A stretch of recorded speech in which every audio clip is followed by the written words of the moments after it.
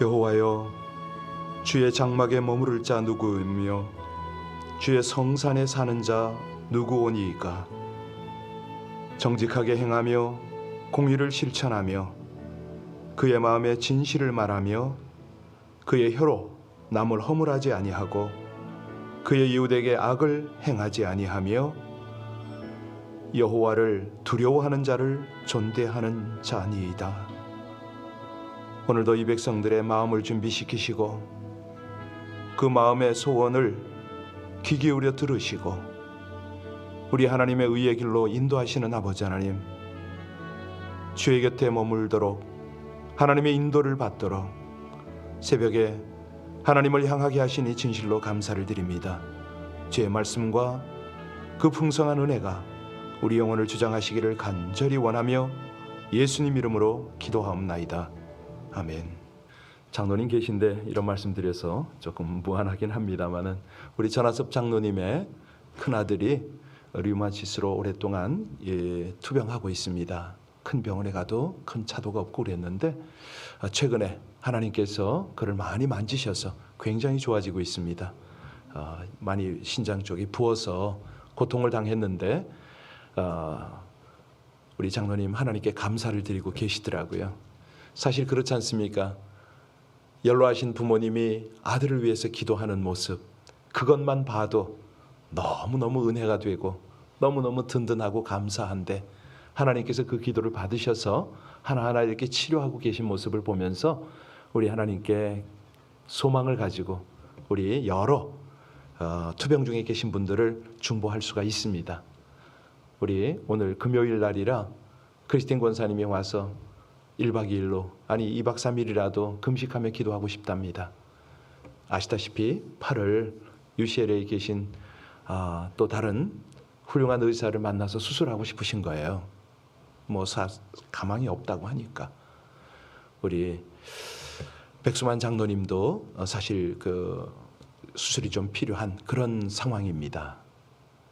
네, 우리가 또 아시듯이 한신정 장로님도 그러시 않습니까? 세월이 흐르고 몸은 쇠약하지만 한 분 한 분의 영혼이 새로운 모습을 보면서 하나님께 감사한데 그 마음에 소원들이 있습니다. 몸이 건강해서 마지막까지 하나님을 섬기는 것들이거든요. 이 시간에 우리 함께 합심으로 기도할 때 그 기도가 필요합니다. 하나님, 우리 하나님은 전능하셔서 모두를 고치시지만 꼭 하나님께서 필요하게 여기시는 유능한 의료진들과 특별히 잘 맞는 그런 어떤 시술의 방법들을 통해서 역사해 달라고 기도도 해주시고요. 또 우리 안에도 우리 하나님께서 주신 은사 또 유능한 분들이 있지 않습니까? 함께 연합하고 협력해서 이 일들을 잘 하나님 앞에 아름다운 선을 이루고 하나님이 기뻐하시는 놀라운 그런 치유와 회복의 은혜, 무엇보다도 하나님을 향한 뜨거운 사랑이 우리 가운데 넘치도록 합심으로 간절히 기도하겠습니다. 아버지 하나님, 감사합니다. 우리의 기도를 받으셔서 하나님 하나하나 일들을 이루고 계심을 감사를 드립니다. 우리 승석 형제를 치유하시는 아버지 하나님, 우리 장로님과 성도들의 기도를 받으셔서 세상이 가능성이 없다고 하는 일들을 하나님은 온전히 이루고 계심을 감사를 드립니다. 아버지 하나님, 우리 권사님 또 장로님들 한 분 한 분을 주님 앞에 올립니다. 아버지 하나님, 일일이 이름 거명하지 못하지만 우리 하나님께서 저들을 불쌍히 여기시고 우리 가운데 긍휼을 더하셔서 중보하게 하시는 우리 귀한 장로님들 한 분 한 분, 또 우리 권사님들 한 분 한 분 주님 앞에 올려드리며 간절한 마음으로 하나님의 은혜와 하나님의 역사가 일어나기를 간절히 원합니다. 하나님께서 치유하시지만 우리에게 허락하신 아버지 하나님 의료진들 또 약들, 이 모든 방법들을 통해서 하나님께서 온전히 치료하여 주시기를 간절히 원합니다. 저들 마음 가운데 주님을 기쁘시게 하고 하나님께 마지막 남은 생을 드리기를 원하는 마음이 간절함을 주님이 아십니다. 우리 아버지 하나님, 가장 적재적소에서 하나님의 능력과 방법을 다 나타내 주셔서 이 모든 것들로 인하여 하나님 앞에 우리 모두가 지혜와 회복의 은혜를 입고 아버지 하나님 앞에 더 큰 영광 돌릴 수 있도록 하나님 은혜를 더하여 주시기를 간절히 원합니다. 연약한 자들, 부족한 자들 아버지 하나님께서 저들을 만지시고 치유하여 주셔서 강하게 하시고 무엇보다도 저의 영혼을 강건하게 하시사 범사에 승리할 수 있도록 하나님 은혜 주시기를 간절히 원하고 이 일 가운데 함께 하시는 하나님께 영광과 존귀와 찬송을 올리며 우리 주 예수님 이름으로 감사하며 기도하옵나이다. 아멘. 아멘. 사사기 20장 17절입니다. 사사기 말씀 20장 17절로 28절의 말씀을 합독으로 봉독하시겠습니다. 베냐민 자손 외에 이스라엘 사람으로서 칼을 빼는 자의 수는 40만이니 다 전사라. 이스라엘 자손이 일어나 베들에 올라가서 하나님께 여쭈어 이르되 우리 중에 누가 먼저 올라가서 베냐민 자손과 싸우리까 하니 여호와께서 말씀하시되 유다가 먼저 갈지니라 하시니라. 이스라엘 자손이 아침에 일어나 기브아를 대하여 진을 치니라. 이스라엘 사람이 나가 베냐민과 싸우려고 전열을 갖추고 기브아에서 그들과 싸우고자 하매 베냐민 자손이 기브아에서 나와서 당일에 이스라엘 사람 2만 2천 명을 땅에 엎드려뜨렸으나 이스라엘 사람들이 스스로 용기를 내어 첫날 전열을 갖추었던 곳에서 다시 전열을 갖추니라. 이스라엘 자손이 올라가서 여호와 앞에서 저물도록 울며 여호와께 여쭈어 이르되 내가 다시 나아가서 내 형제 베냐민 자손과 싸우리까 하니 여호와께서 말씀하시되 올라가서 치라 하시니라. 그 이튿날에 이스라엘 자손이 베냐민 자손을 치러 나아가매 베냐민도 그 이튿날에 기바에서 그들을 치러 나와서 다시 땅에 엎드려뜨렸으니 다 칼을 빼는 자였더라. 이에 온 이스라엘 자손 모든 백성이 올라가 베드로 이르러 울며 거기서 여호와 앞에 앉아서 그날이 저물도록 금식하고 번제와 화목제를 여호와 앞에 드리고 이스라엘 자손이 여호와께 물으니라. 그때에는 하나님의 언약궤가 거기 있고 아론의 손자인 엘르아살의 아들 비느하스가 그 앞에 모시고 섰더라. 이스라엘 자손들이 여쭈기를 우리가 다시 나아가서 내 형제 베냐민 자손과 싸우리까 말리까 하니 여호와께서 이르시되 올라가라. 내일은 내가 그를 내 손에 넘겨주리라 하시는지라.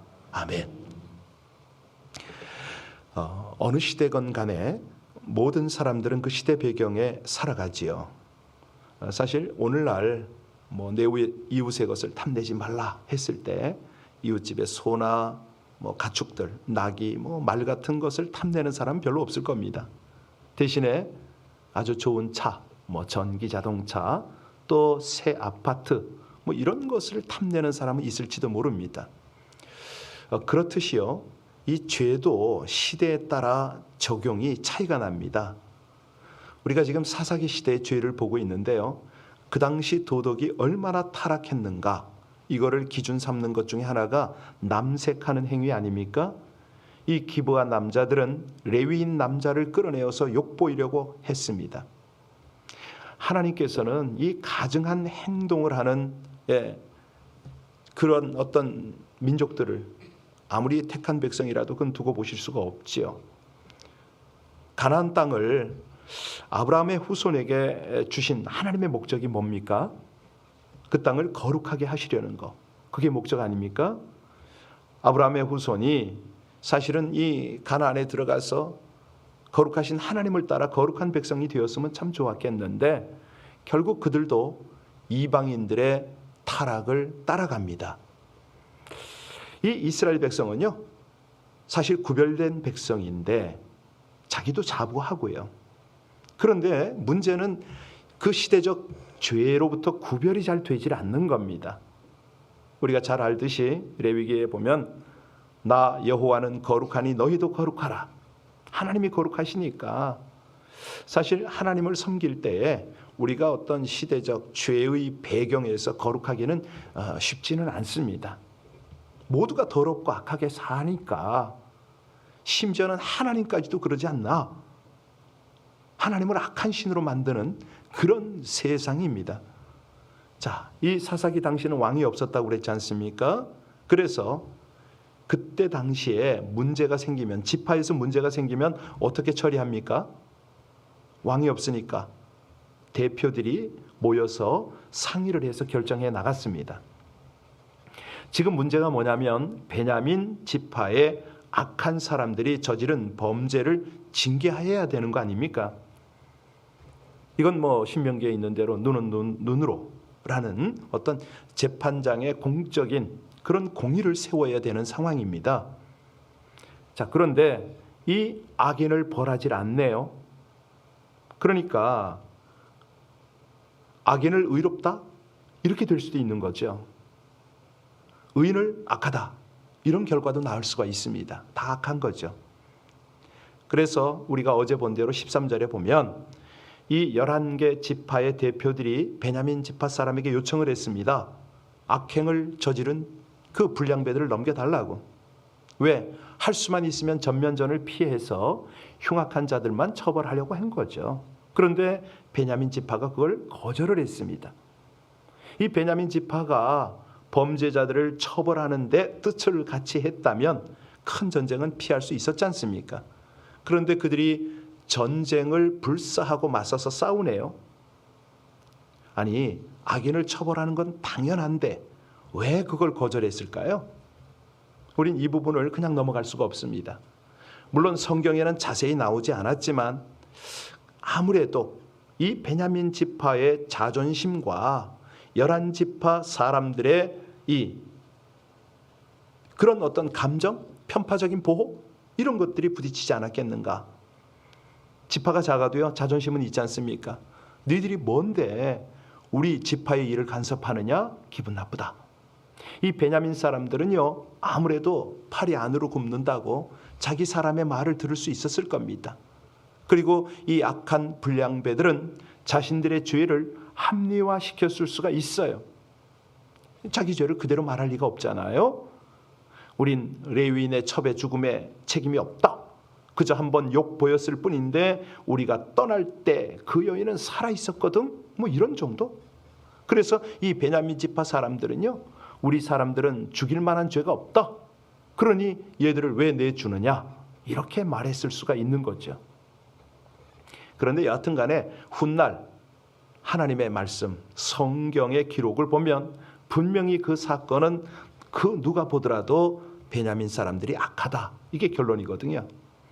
이 남색이 공공연하게 행해지는 사회, 그리고 성폭행을 공개적으로 해도 주위에 아무런 제재도 받지 않던 타락한 사회였습니다. 그러니까 이게 무슨 형벌받아 죽을 만한 죄인가? 라고 말했다는 거죠. 자, 여러분 여기서 우리가 무엇을 느낍니까? 무슨 사건을 처리하는 데 있어서 공정성을 잃으면 다툼이 일어난다는 거죠. 이것은 개인의 문제도 되고 공동체, 국가 간의 문제도 되는데 국가 간은 전쟁으로 이어지잖아요. 그러니까 당시만 해도 이스라엘에 왕이 없어서 중앙정부의 통제가 없었습니다. 어느 지파가 말을 듣지 않으면 결국은 지파 간의 전쟁으로 이어지게 된 그런 경우죠. 자, 이제 우리 본문 속으로 좀 들어가 볼까 하는데요. 17절을 한번 보시겠습니까? 17절을 보면 이 숫자가 나오는데 한번 읽겠습니다. 베냐민 자손 외에 이스라엘 사람으로서 칼을 빼는 자의 수는 40만 명이더라. 여러분 이게 대단합니다. 이 베냐민 지파 사람들은요, 나중에 보면 600명만 남고 다 전멸하다시피 되거든요. 사실 무서운 형벌을 자초했는데 이 악을 옹호한다는 것이 얼마나 큰 죄인가, 어리석음인가, 이걸 이제 본문은 설명을 합니다. 15절에 우리가 보고 넘어왔는데요. 거기 보면은 베냐민 지파의 군대가 얼마냐? 26,000명입니다. 그리고 왼손으로 물맷돌을 던지는, 이제 돌을 던지는 명사수죠. 한 700명이 됐다. 이렇게 나옵니다. 지금 17절에 보니까 이스라엘 연합군은 몇 명이라고요? 40만 명입니다. 수적으로 상대가 되질 않아요. 26,700대 40만, 15대 1입니다. 그러니까 연합군은 충분한 군사력을 가지고 있기 때문에 승리할 것을 자신했죠. 그런데 결과가 어떻게 됐느냐? 거의 베냐민 지파의 숫자만큼 22,000명이 죽는 연합군의 어이없는 패배입니다. 20절 볼까요? 20절 같이 20절을 봉독합니다. 이스라엘 사람이 나아가 베냐민과 싸우려고 전열을 갖추고 기브아에서 그들과 싸우고자 하매.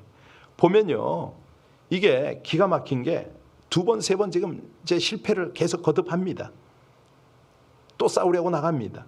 왜 이런 결과를 가져왔는가? 여러분, 왜? 아니, 우리가 볼 때는 분명히 연합군이 명분이 있잖아요. 의를 추구하는 것 같잖아요. 그런데 2만 명 이상이 희생이 됐습니다. 예, 그 이유가 18절에 나오죠. 18절 말씀으로 돌아가서 다시 읽겠습니다. 이스라엘 자손이 일어나 베델에 올라가서 하나님께 여쭈어 이르되 우리 중에 누가 먼저 올라가서 베냐민 자손과 싸우리까 하니 여호와께서 말씀하시되 유다가 먼저 갈지니라 하시니라.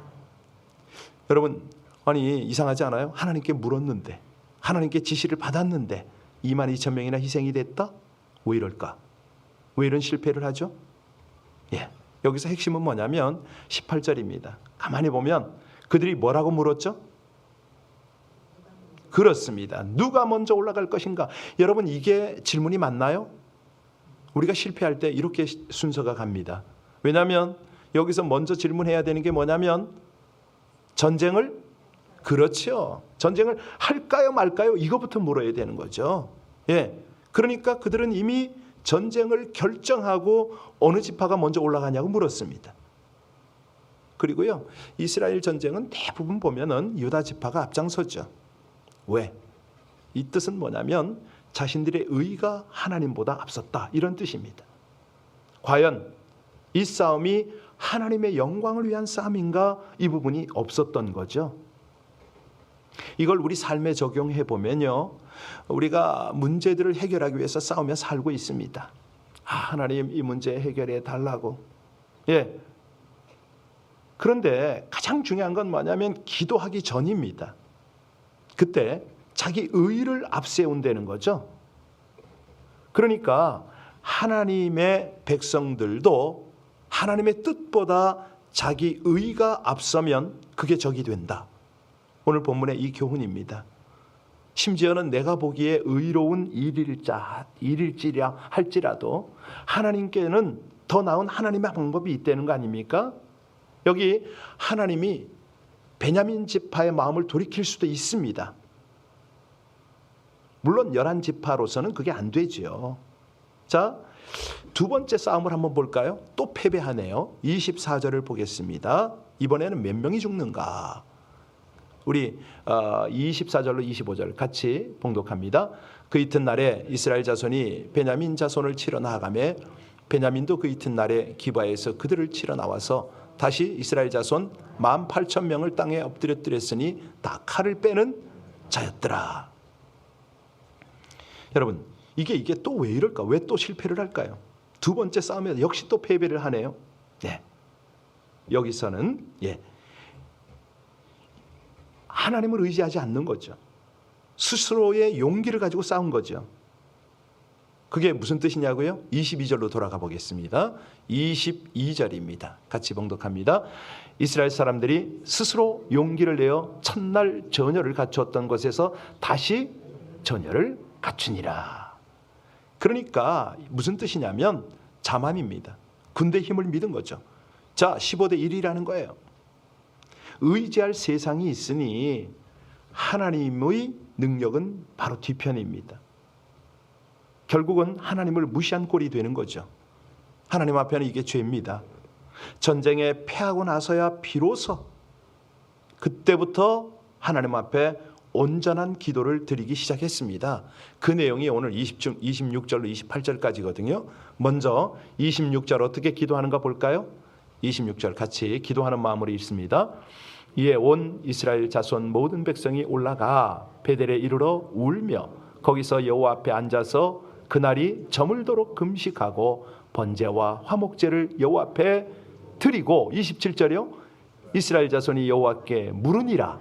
그때에는 하나님의 언약궤가 이제 다 찾으셨죠. 이겁니다.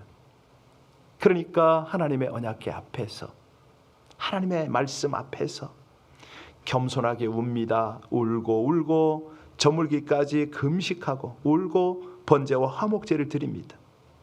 그리고 그때서야 비로소 대제사장이 나와서 뭐라고 기도하는가? 28절 한번 보시기 바랍니다. 28절이요. 같이 읽습니다. 아론의 손자인 엘르아살의 아들 비느하스가 그 앞에 모시고 섰더라.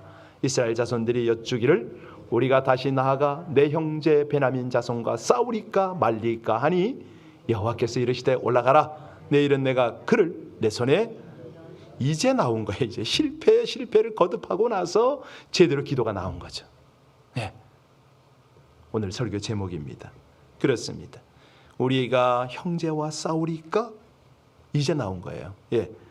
참 우리가 범하기 쉬운 그런 잘못은요, 사람의 계획입니다. 이 정도 완벽하면 잘 될 거다, 이런 생각을 합니다. 그래서 하나님은 오늘 이 사건을 통해서 이 실패의 거듭됨을 통해서 어떤 은혜를 베푸시는가, 하나님을 바라보려는 거죠. 처음 스타트부터 하나님의 뜻을 물으려는 거죠. 하나님의 도움을 구하려는 겁니다. 아무리 좋은 계획이 있고 능력 있는 사람이 있다 하더라도 모든 일을 이루시는 분은 하나님이시다, 이걸 잊지 말라는 겁니다. 인간의 생각에 100% 될 것 같아도 하나님이 노 하면은 안 된다는 것입니다. 그래서요, 오늘 이 새벽에 우리 자신을 돌아보고 우리 환경을 돌아보며, 정말 시대마다 죄가 다르다고 그랬지 않습니까? 우리가 하나님을 믿지 못하도록 사단의 계획이, 전략이 다 다릅니다. 먼저요, 우리가 하나님을 바라보지 못하도록 하는 겁니다. 사실 우리가 큰 죄를 짓지 않아도 하나님을 바라보지 않도록 하는 것이 사단의 일이거든요. 왜? 하나님을 바라보지 못해야 약해지니까. 우리가 약해지면 어떡합니까? 여지없이 사단은 공격을 해옵니다. 그래서 우리를 넘어뜨리죠. 근데 우리 신자들이요, 지독할 정도로 하나님 바라보는 일을 게을리합니다. 그죠? 스마트폰이고 화면이고 이런 쪽에 그냥 세상 재미고 이런 쪽을 자꾸 관심 갖게 해서 자주 넘어지고, 자기만 넘어지는 게 아니라 주변 사람을 넘어뜨리기도 하고. 그래서요, 우리가 하나님을 의지하고 바라보고 그 뜻을 구하는 훈련을 날마다 해도 부족하다는 거죠. 이 사사기 20장의 싸움에서는 11지파가 그저 하나님보다는 군사를 바라보았잖아요. 자기들의 뜻을 바라보았어요. 자기들의 힘을 바라본 거죠. 그러니까 거듭 실패가 반복이 됩니다. 그런데 이 전쟁의 결과가 어떻습니까? 너무 비참합니다. 양쪽 다 손실이 큰 거예요. 그리고 둘 다 울고 회개를 하고 후회했지만은 이미 때는 늦었습니다. 그 전쟁을 값비싼 대가를 치른 전쟁을 하는 거죠. 왜요? 썩을 자존심 때문에. 원인을 찾아가면 아무것도 아니잖아요. 별것도 아닌 걸 가지고 그냥 하나님의 의보다는 같은 지파라는 편파적 왜곡의 그런 어떤 결과 아닙니까? 참 보면은 너무너무 인간들이 참 단순하죠. 참 어이가 없잖아요. 자, 하나님은 세 번째 베들에 모여서 금식하고 제사 드리고 이제 제대로 묻는 그들에게 응답을 하십니다. 앞에 두 번과 다른 점은 이번에는 하나님의 언약궤 앞에서 대제사장 비느하스가 그 자리에 있었다는 거죠. 그랬더니 하나님께서는 다 알려주십니다. 내일 내가 베냐민 지파를 너희에게 넘겨주리라. 사실요, 앞서 받은 두 번의 말씀과 그 내용이 크게 다르지 않지만 이번에는 뭐가 다릅니까? 하나님의 언약궤 앞에서 대제사장을 통해서 받은 권위 있는 말씀이 다른 겁니다. 사실 그 이스라엘의 11지파가 베냐민과 싸우는 이야기는 여호수아의 7장 8장에 나오는 아이성 전투하고 매우 비슷하잖아요. 이 기브아의 불량배를 감싸는 베냐민 지파의 허물, 이에 대응하는 11지파의 허물 다 있습니다. 자, 사실이요, 아이성 전투에서 우리 하나님 앞에 정결하지 못했던 이스라엘 백성들이 패배를 경험하고 회개를 하고 그 다음에 아이성을 점령하게 되죠. 이제는 베냐민이 징계를 당할 차례입니다. 근데 여기서 우리가 어느 쪽이 더 의로우냐 이거를 따지는 것은 별 큰 의미가 없습니다. 왜? 나도 잘못했지만 저들도 거기서 거기거든요. 도토리 키재기거든요. 하나님이 내 편이시다라는 생각이 얼마나 어리석고 유치한가, 이걸 깨달으려는 거죠. 내가 하나님의 뜻은 온전히 따르지 않으면서 같은 공동체에서 뭐 네 편 내 편 찾고 네가 잘하고 내가 잘하고 찾고 이런 거는 아니라는 겁니다. 그러면 하나님께서 이런 일들을 왜 우리에게 자꾸 허락하시고 이 실패를 거듭되게 하시는가? 우리의 영혼이 병들지 않도록 훈련시키는 겁니다. 말씀의 운동, 기도의 운동, 이 계속 반복되는 훈련을 통해서 우리를 연단시키시는 거죠. 기도도 응답이 안 되면 뭐가 잘못됐는가? 어떻게 기도해야 되는가? 어떤 말씀을 붙잡아야 되는가? 계속 하나님을 바라보면서 우리 영혼이 건강해지도록 운동을 하게 되지 않습니까? 오늘 결론을 말씀드리겠습니다. 어리석은 자는 너무 쉽게 하나님이 내 편일 거다 이런 생각을 하고 자기 판단, 자기 욕심을 가지고 하나님의 뜻으로 포장을 합니다. 그래서 그 결과가 실패가 되면 신앙적 혼란에 빠져서 하나님을 원망하기도 하고 다른 지체들을 정죄하기도 하지요. 그런데 하나님은 이런 패턴을 더 반복하지 말아라. 하나님이 실패를 거듭하게 하시면 자신을 돌아보라. 그리고 형제의 잘못을 자기 일처럼 받아들여서 회개하고 연합해라. 오직 주님의 뜻만이 온전하고 주님의 승리만이 완전함을 기억하라. 그래서 실패하는 우리에게 계속 은혜를 주시는 겁니다. 우리 함께 기도하시겠습니다. 예상한 것보다 완전한 승리를 주시는 하나님, 이스라엘의 거듭되는 패배를 보며 너무 쉽게 하나님을 내 편으로 생각하고 형제 자매와 공동체를 함부로 판단하고 욕심과 고집을 부리며 하나님의 뜻을 묻기에 게을렀음을 회개합니다. 실패가 거듭될수록 자신을 돌아보고 형제의 잘못을 저의 일처럼 받아들여 함께 죄를 회개하고 다시 주와 연합하여 세상과 싸워 이기는 영적 용사가 되게 하여 주시옵소서. 오직 주님만이 승리의 비결임을 기억하고 의지하며 하나님이 일하시도록 하나님의 말씀을 온전히 의뢰하고 전심으로 기도하여 실패를 통해 주시는 은혜를 누리게 하여 주시옵소서. 예수님 이름으로 기도하옵나이다. 아멘. 우리 하나님께서 마음 상한 자를 부르셔서 오늘도 하나님의 뜻을 알게 하시고 그 길로 이끌어 주십니다. 이 새벽에 그 기도를 드리고요. 오늘 저녁에는 금요 예배가 있는 날입니다. 부르짖어 기도하는 밤인데 우리 모두가 함께 기도할 때 아버지 하나님, 오늘 연합군을 통하여 교훈하심을 제가 잘 받겠습니다. 제 뜻, 제 의를 구하기보다는 먼저 하나님께 여쭙고 하나님과 항상 동행하며 하나님의 능력으로 승리하는 삶을 살기를 원하는 마음 가지고 중보도 하고 저의 기도 제목도 하나님 앞에 올려드리겠습니다. 우리 다 같이 오늘 말씀을 생각하며 깊이 있게 우리 하나님께 더 가까이 나가서 함께 중보하며 기도하겠습니다. 아버지 하나님 감사합니다. 주님을 찬양합니다. 이 아침에 교만한 마음, 내 뜻, 내 의지, 저의 생각, 저의 기도 제목을 다 내려놓고 우리 하나님 앞에 가까이 나가 우리 주님의 나라, 하나님의 뜻, 아버지 하나님의 영광을 구하며 주님께 그 길을 인도받기를 간절히 원합니다. 아버지 하나님, 왜 이 일을 감당해야 하는지, 하나님께서 어떻게 하기를 원하시는지 아버지 하나님 그것부터 하나하나 묻고 우리 아버지 하나님의 인도를 받는 귀한 당신의 백성들이 될 수 있도록 하나님의 이 새벽을 축복하여 주시옵소서. 성령으로 주장하시고 아버지 하나님의 말씀을 듣게 하시며 아버지 하나님의 귀한 깨달음을 쫓아 기도하는 이 아침 복된 아침이 될 수 있도록 사랑하는 주의 백성들을 이끌어 주시기를 간절히 원합니다. 할렐루야. 은혜를 더하시는 아버지 하나님, 기도하는 자들 복 있게 하시고 중보 중에 더욱 풍성한 하나님의 은혜를 덧입게 하여 주시기를 간절히 원합니다. 각 가정에서 기도하는 모든 심령들 가운데도 신실하신 아버지 하나님의 은혜가 부어지고 성령께서 역사하시는 귀한 은혜가 함께 하옵소서. 주님 찬양합니다. 감사합니다.